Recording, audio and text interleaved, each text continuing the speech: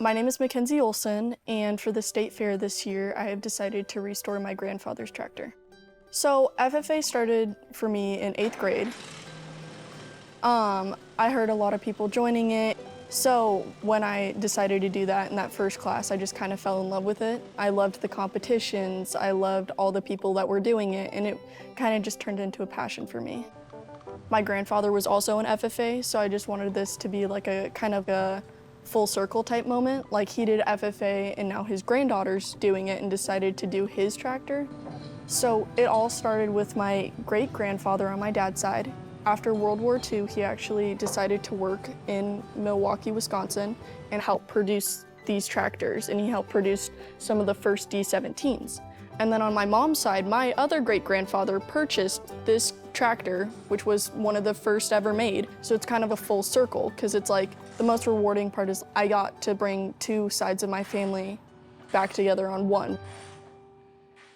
My family feels very rewarded with it, because my grandfather actually used this tractor a lot on the farm, and like to see it be restored is just such an amazing thing.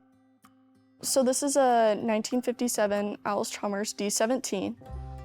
It was one of the first out of the 3,000 that were ever made. So a little bit of historical significance is there's a lot of things that other tractors don't that this does. Like on the end of it, it has these two arm bars that actually adjust. So when you hook something onto it, it actually helps bounce with it. Like when you're doing rows of crops and stuff like that. And it actually has spin out tires. These tires aren't like a John Deere. It actually helps lock them in so they don't spin out. And the Allis-Chalmers is just really a cool machine, and I got to learn a lot of the history, and I think it's really cool. My favorite part about the tractor is if you actually look under the steering wheel, there are a bunch of gauges, and I'm really proud about that because they used to be so eroded and like rusted. They just weren't how they were supposed to be. So now to finally see them working and like clear, it's just my favorite part.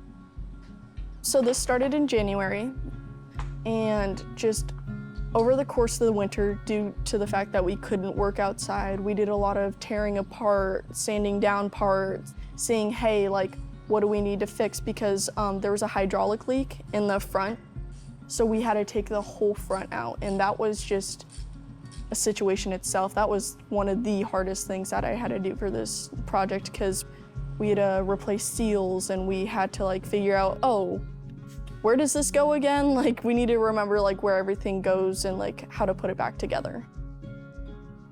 One thing that I'm excited for is just to be recognized for my work. I'm very excited to like be known for what I did and kind of inspire other people. Like show like, hey, I did this. Other chicks in FFA are able to do this as well, and you should try it. It's just moving forward, I just hope that other people do projects such as this, knowing, hey, there's a community behind you that like wants you to do this. And like I'm so appreciative of everything, and if I do a project in the future, I'm just like proud and very accepting that like, wow, if I do this again, I'll have somebody to come and support me. I just can't believe, like, do it, why not? Try something new, and just don't think of like the cons of like, oh, what if it goes bad? Like, oh, what if I mess up? Just try and go for it. I'm just really proud of like how it's come out and me being able to do it.